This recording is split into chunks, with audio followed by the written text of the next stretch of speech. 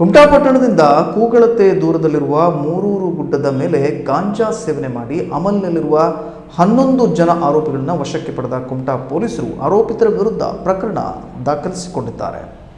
ಉತ್ತರ ಪ್ರದೇಶ ಮೂಲದವರಾದ ವಿಜಯಲಾಲ ಪಾಗು, ಚಂದ್ರಮಾ ವಿಜಯಲಾಲ್, ಚಂದ್ರಿಕಾ ಜಾಗಡು, ಬಲ್ಲು ಜಾಗಡು, ಒಡಿಶಾದ ರಾಮಕೃಷ್ಣ ದಸ ಕಂಗಾಲಿ, ತ್ರಿಲೋಚನಾ ದೇಯ, ಮಧುಸೂದನ ದೇಯ, ಕುಶ ದಲಾಯಿ, ಕಟ್ಟಿ ದಲಾಯಿ, ಪಶ್ಚಿಮ ಬಂಗಾಳದ ಸುದರ್ಶನಗಿರಿ ಪರಶುರಾಮ, ಭೀಮಲಪಾಲ, ಕಿತ್ತಿ ಬಾಸ್, ಅಂಕೋಲಾದ ಮಾದೇವರಾಮ ನಾಯ್ಕ್, ವಿಜಯಪುರದ ಯಲಗೂರೇಶ ಶಿವನಗೌಡ ಬಿರಾದಾರ್ ಗಾಂಜಾ ಸೇವನೆ ಮಾಡಿ ಪೊಲೀಸರಿಗೆ ಸಿಕ್ಕಿಬಿದ್ದ ಆರೋಪಿತರು. ಈ 11 ಜನ ಗಾಂಜಾ ಪೆಡ್ಲರ್ಗಳು ಮೂರೂರು ಗುಡ್ಡದ ಮೇಲೆ ಗಾಂಜಾ ಮಾದಕ ವಸ್ತುವಿನ ಸೇವನೆ ಮಾಡಿ ಅಮಲಿನಲ್ಲಿದ್ದರು. ಈ ವೇಳೆ ಆರೋಪಿತರನ್ನ ವಶಕ್ಕೆ ಪಡೆದು ವೈದ್ಯಕೀಯ ಪರೀಕ್ಷೆಗಾಗಿ ಕಳುಹಿಸಲಾಗಿದ್ದು, ಪರೀಕ್ಷಾ ವರದಿಯಲ್ಲಿ ಪರೀಕ್ಷೆಗೊಳಪಡಿಸಿದ 11 ಆರೋಪಿಗಳು ಗಾಂಜಾ ಸೇವನೆ ಮಾಡಿದ ಬಗ್ಗೆ ದೃಢಪಟ್ಟಿದೆ. ಆರೋಪಿತರ ವಿರುದ್ಧ ಪ್ರಕರಣ ದಾಖಲಿಸಿಕೊಂಡ ಪೊಲೀಸರು ತನಿಖೆ ಕೈಗೊಂಡಿದ್ದಾರೆ.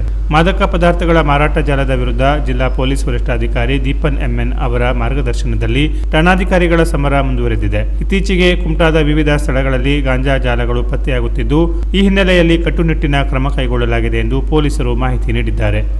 Canara plus news, Kumta.